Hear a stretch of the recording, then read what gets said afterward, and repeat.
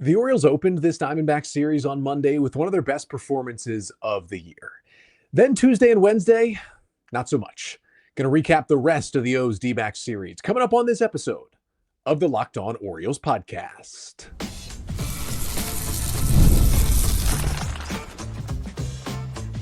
You are Locked On Orioles, your daily Baltimore Orioles podcast. Part of the Locked On Podcast Network, your team every day. Hey there, Orioles fans. Today is Thursday, April 10th, 2025, and welcome back into the Locked On Orioles podcast, part of the Locked On Podcast Network, your team every day. As always, I'm your host, Connor Newcomb. And coming up on today's episode, we are going to recap the Orioles' final two games of their series in the desert against the Diamondbacks, get you the 5 things you need to know from both of those disappointing Orioles losses. From Tuesday, we'll talk about the wild play that happened in the 7th inning that kind of changed the game and the continued struggles for Charlie Morton. And then from Wednesday, Dean Kremer just gets lit up and the Orioles offense nowhere to be found. We'll talk about why they're grounding into so many double plays as well. And then finally, a little talk about Zach Eflin. He is officially on the injured list. Colin Selby is here and what the O's will do with the rotation in the meantime. But that's all coming up on this episode of the Locked On Orioles podcast. Before we get there, though, just did want to thank you for making Locked On Orioles your first listen of the day. We're free and available on all podcast listening platforms 5 days a week. Your episodes are right here. You can listen wherever you listen to podcasts, Spotify, Apple Pods, wherever it may be. Leave a 5-star rating and a review. Make sure you subscribe. That really helps out the show.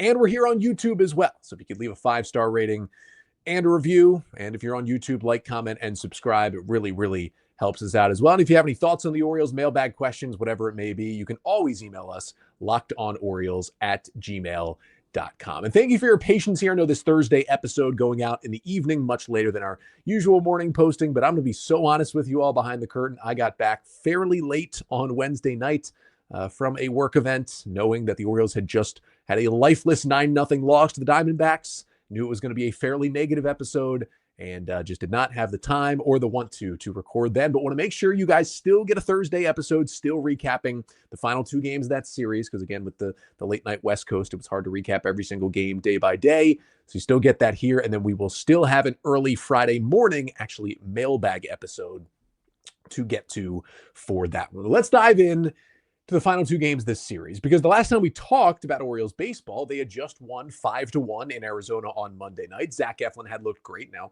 he did leave with an injury, which we'll talk about, but the offense got some big hits. They pitched it super well. They beat a good team on the road to start a series, and it was like, okay, maybe this is the win, one of their most complete wins of the year that kind of resets them and gets them moving in the right direction. And they were in the game back and forth on Tuesday night, trying to go up and clinch their first series win of the year, but instead they lost 4-3 on Tuesday. And let's start with that one. The 5 things you need to know from that Tuesday night loss. And the first thing you need to know is Charlie Morton continued to struggle with his command. Now, he definitely took another small step forward. This is the best of his 3 starts he has made, but still 5 innings, 4 runs on 4 hits with 4 strikeouts, 5 walks, and a homer allowed on 87 pitches.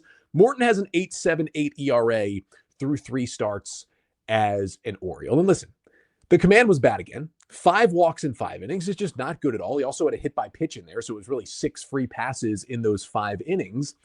And he's done this before. He issued 5 walks in 3 separate starts with the Braves last year, but all of those starts, he went deeper into the game than 5 innings. So it's been a while since he's walked this many batters in this short of an outing. And it is a concern at this point. Like, he had 0 command in the first inning. 2 walks and a hit batter, was very lucky to roll a double play, get out of that first inning only allowing 1 run.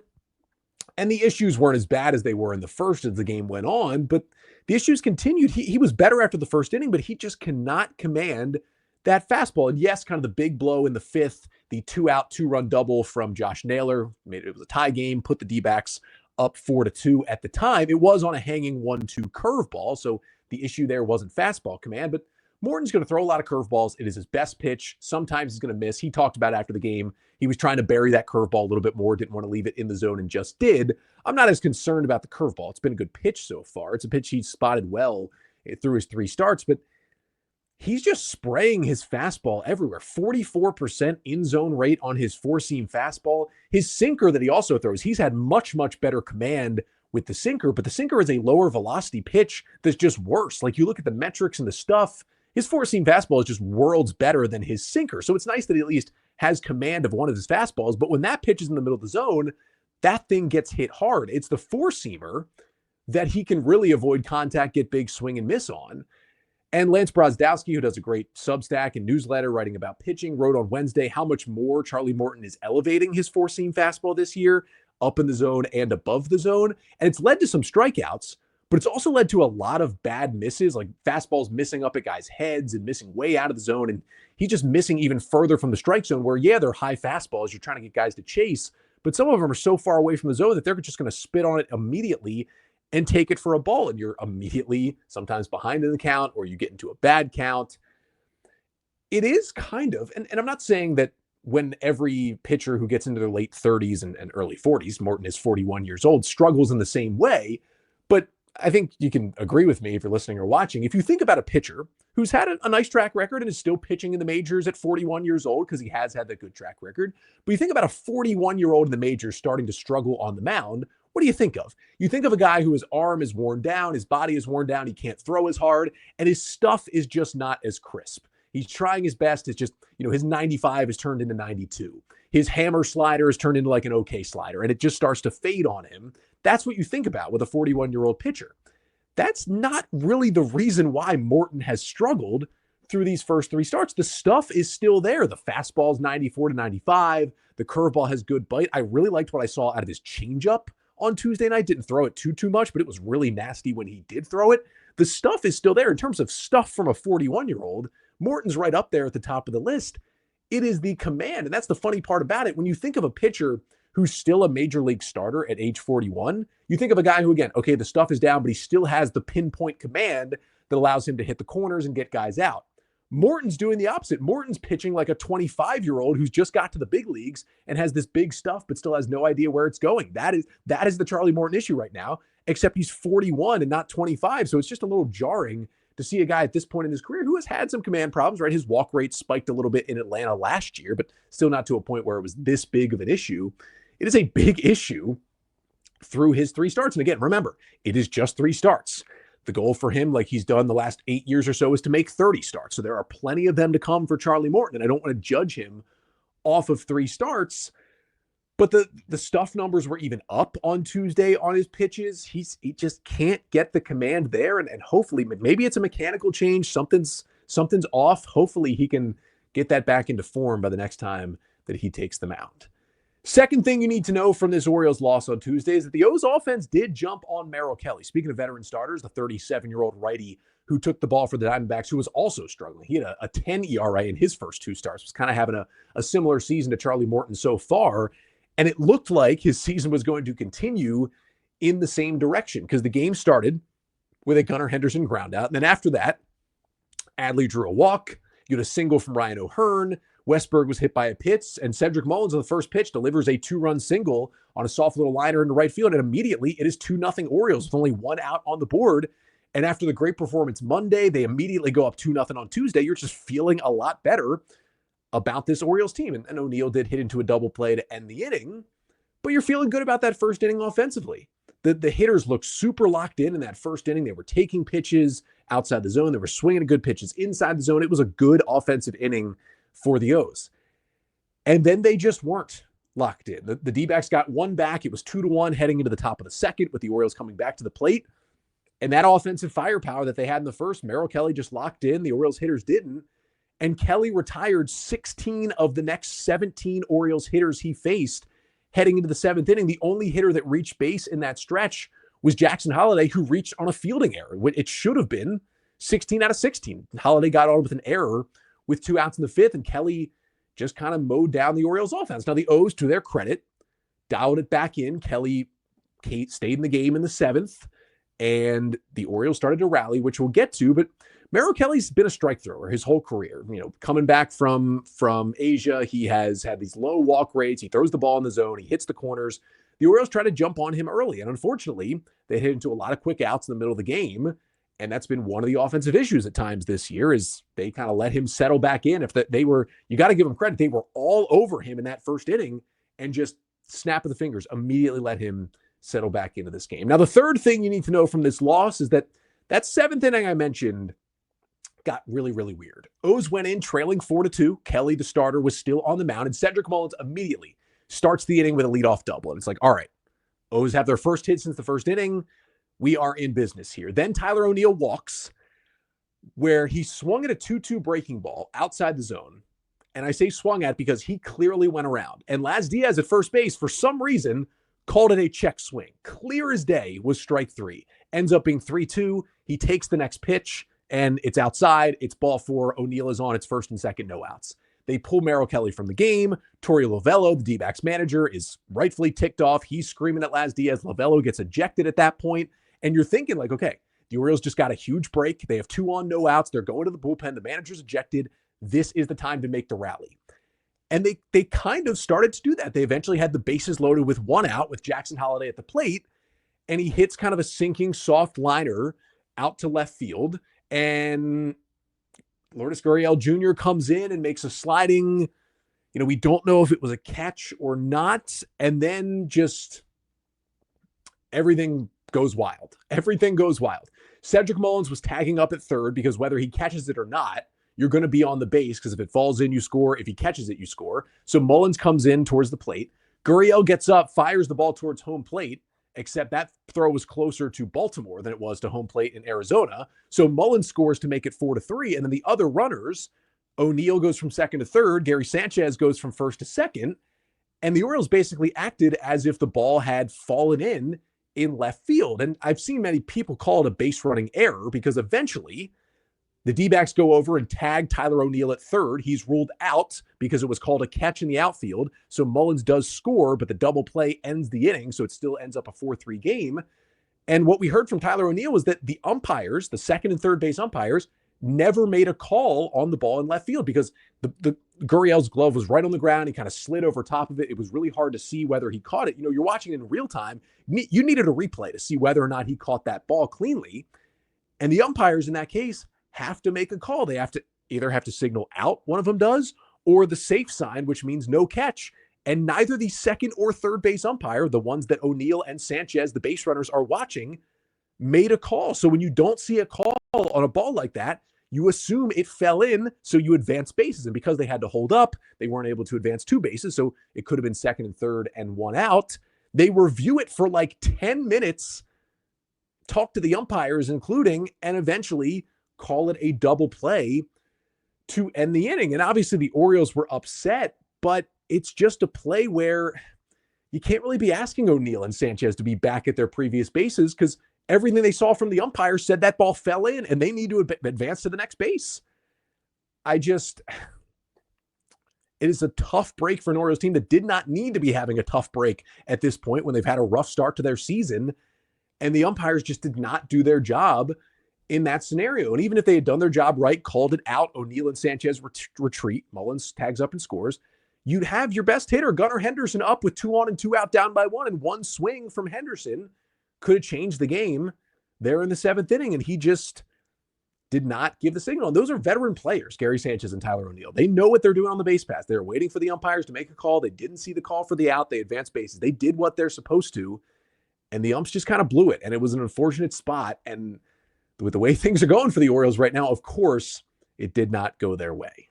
Now, the fourth thing you need to know from this loss Tuesday is that Jorge Mateo came into this game and at the very least did the one thing he can still do. Now, I've been tough on Mateo, and I will be tough on Mateo coming up probably on tomorrow's episode as well.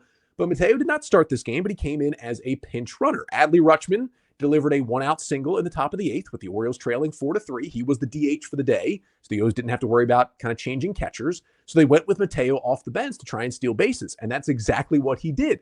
He stole second and third base with Ryan Mountcastle still at the plate as the pinch hitter with 1 out against the lefty A.J. Puck. Now the infield came in, and Mateo just used his speed to perfection. And that, if he's going to be on this team, it really seems like the only way he can change a game is doing that. Now, that's not an argument to keep Mateo on the team because most of the time he's got to get himself to first base to make that impact. Yeah, he can do it as a pinch runner, But there's only so many times you really get a chance to use a pinch runner, even game to game. This was the perfect scenario here. And for a while, it worked out. He stole second, he stole third, he got himself 90 feet away.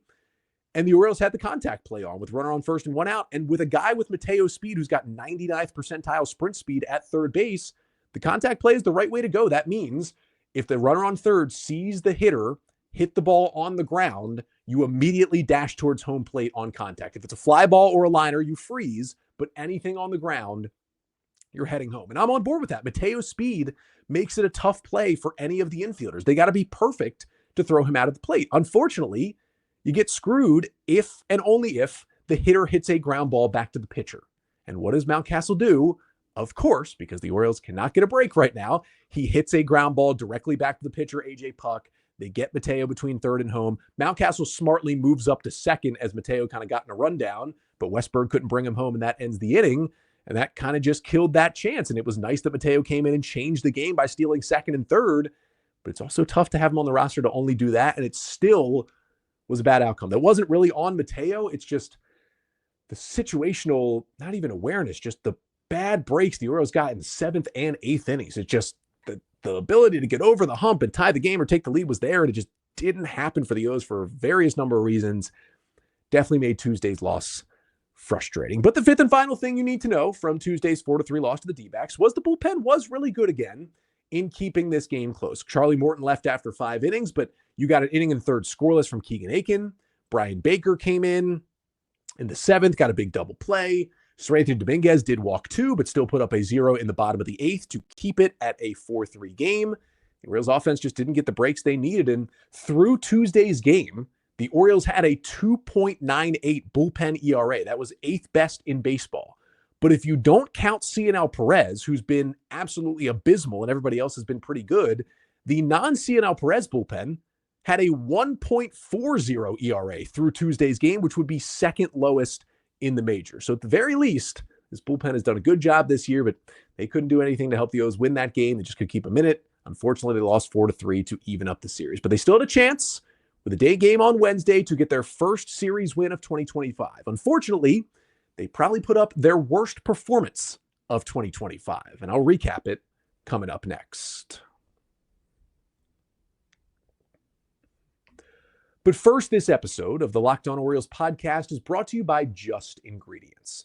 When it comes to fueling your body, quality matters, and that's why Just Ingredients is changing the game with clean, high-quality products designed to support better health and peak performance. Just Ingredients offers an NSF-certified line of protein powder, electrolytes, pre-workout, and creatine, all rigorously tested to ensure they're free from substances banned by major athletic organizations. Just Ingredients is also partnered with 2-time MVP Bryce Harper, who trusts their NSF-certified sports line to help fuel his training and recovery. And the best part about Just Ingredients, they prioritize wholesome, nourishing ingredients without the artificial junk. And whether you're recovering after a workout or need an energy boost, their grass-fed whey protein and pre-workout deliver real results. So just visit justingredients.us and use code LOCKEDONMLB for 20% off. And for more wellness tips, follow @just.ingredients on Instagram.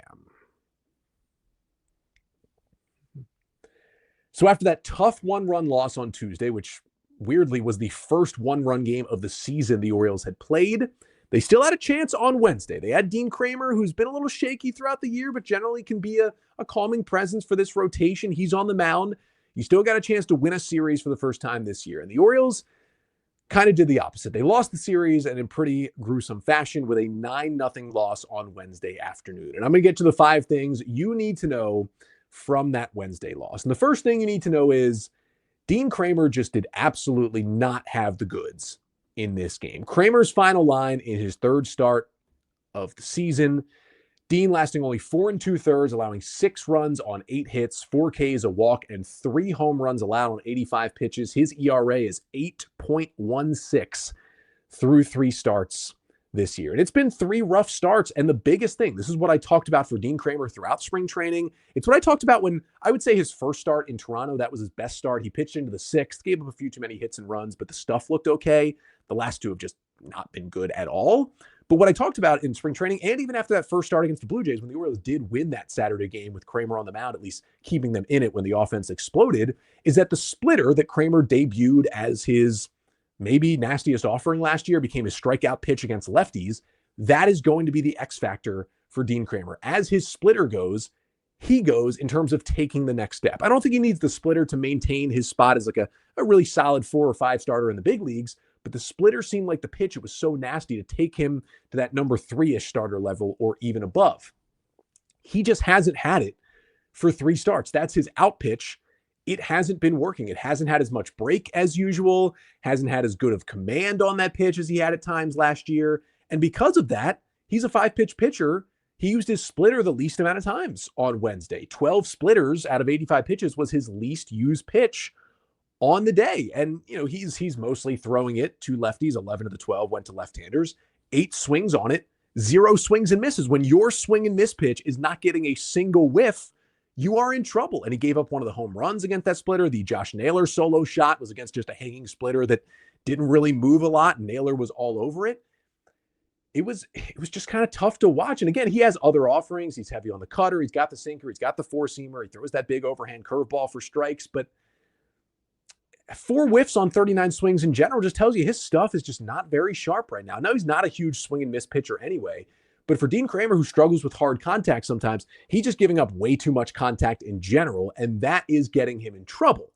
And the worst part about this for the Orioles is you could argue, that I think I could make this argument, that Dean Kremer is the most important member of this rotation at this point. Here's why I say it. With so many injuries that they've already sustained and so many question marks about this rotation, not just coming into the year, but especially right now, you want to be able to at least rely on Dean Kremer to be what he's been the last 2.5 years, which has been a steadying presence in this Oriole rotation. He's never looked like the best starter of the 5 when he's been out there. But when he's healthy, since the second half of 2022, he's been in there every 5 days for the Orioles, and most nights gives you a chance to win the ball game when he takes the ball. And that really has not been the case through his 3 starts. He hasn't been, Dean Kremer might not have the upside as a number 1 or a number 2, but he has a pretty high floor. He's going to keep you in games. He's going to pitch like a number 4, just a solid starter day in and day out.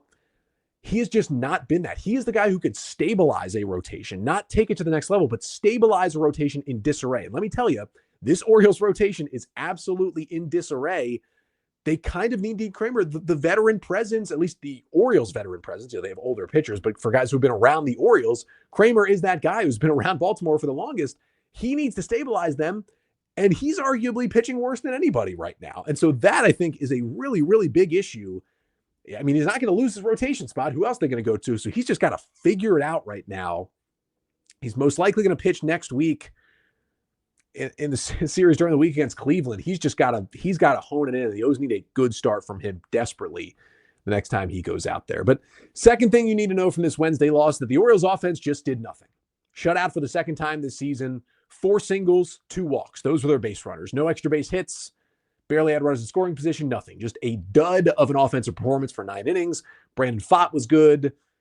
D-backs were able to use their kind of B squad relievers and still shut the Orioles out for 3 innings. Like, it was just, and it wasn't a lot of strikeouts. They only struck out, 3 times in this game? As I'm looking back, I know they only struck out 3 times against Pfaadt. Yeah, 3 total strikeouts in the game in 27 outs.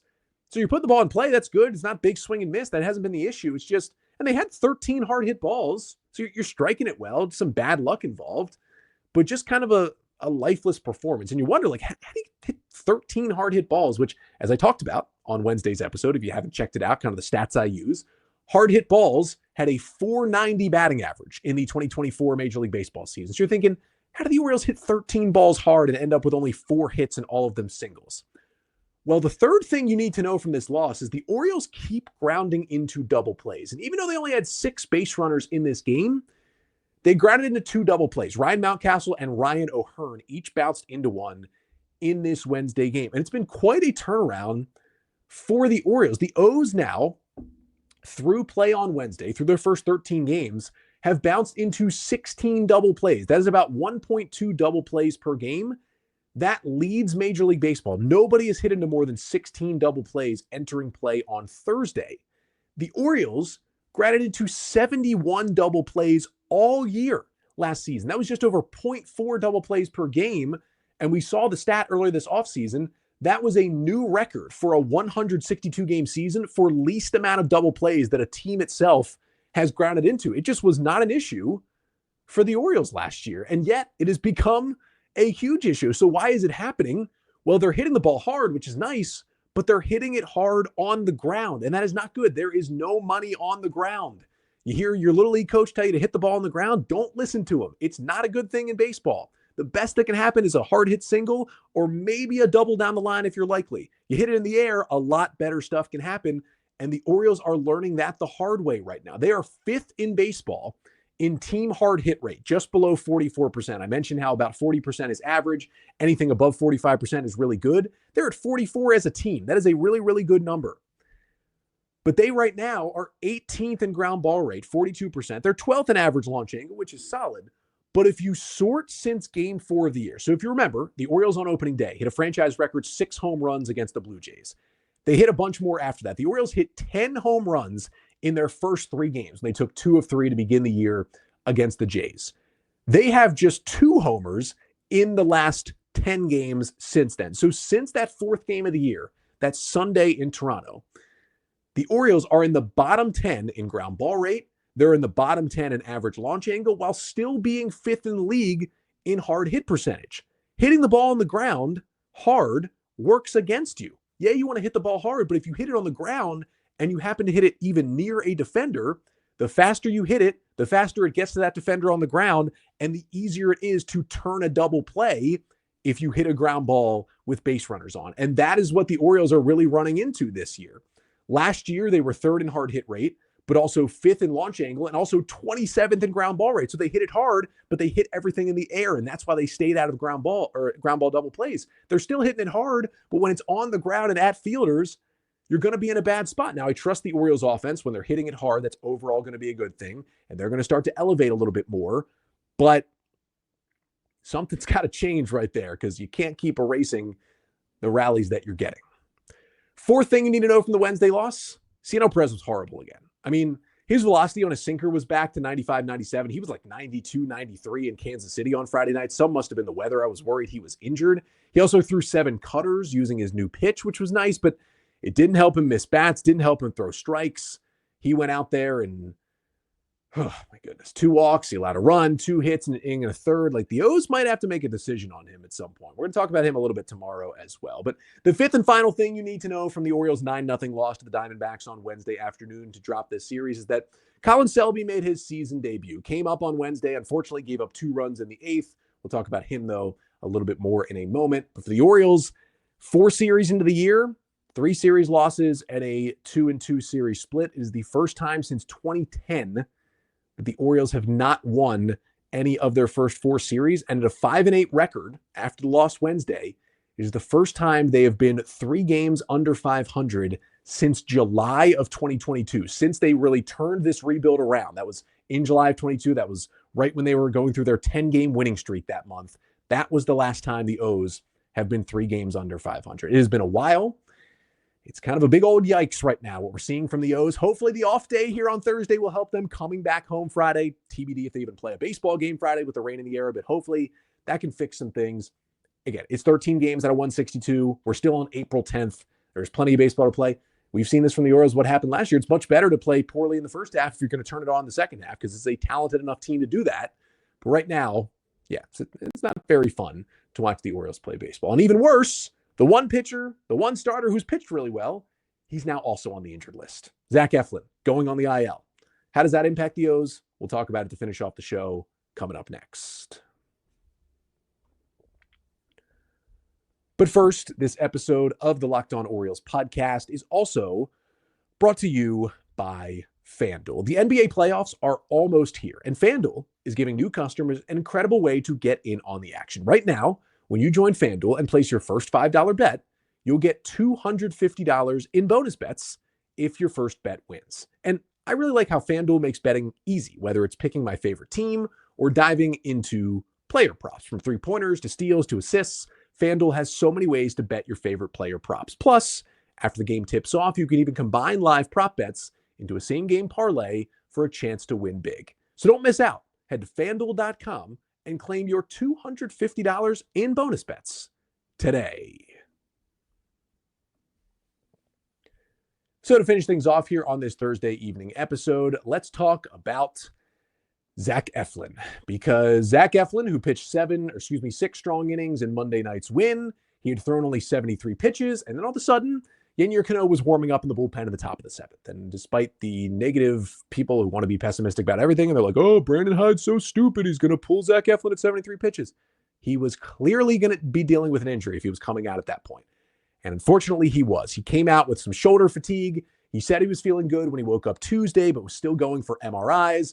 And the MRIs at least found a little bit of something, because Eflin was put on the injured list on Wednesday, the 15-day IL. The Orioles are calling it, quote, a low-grade lat strain after he got his MRI. The O's said they will shut down Eflin from throwing for a week, and then he'll begin throwing after that, probably sometime around next Tuesday or Wednesday, and see how he feels. Now, the IL stint is backdated to the 8th, so he would be eligible to return on April 23rd in a couple of weeks.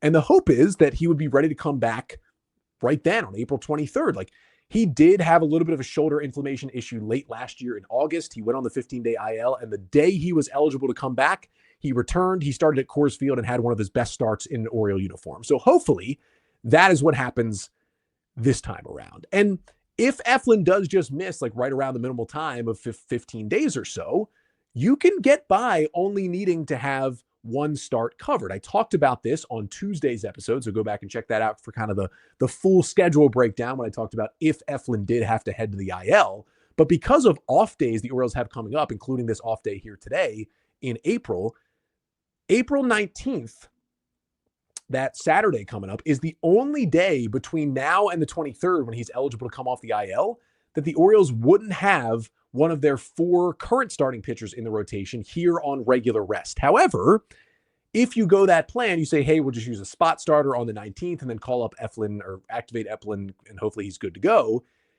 You would have initially, if you still had Eflin, all these guys would have gotten an extra day of rest here in April, which would have been nice because they're kind of struggling right now.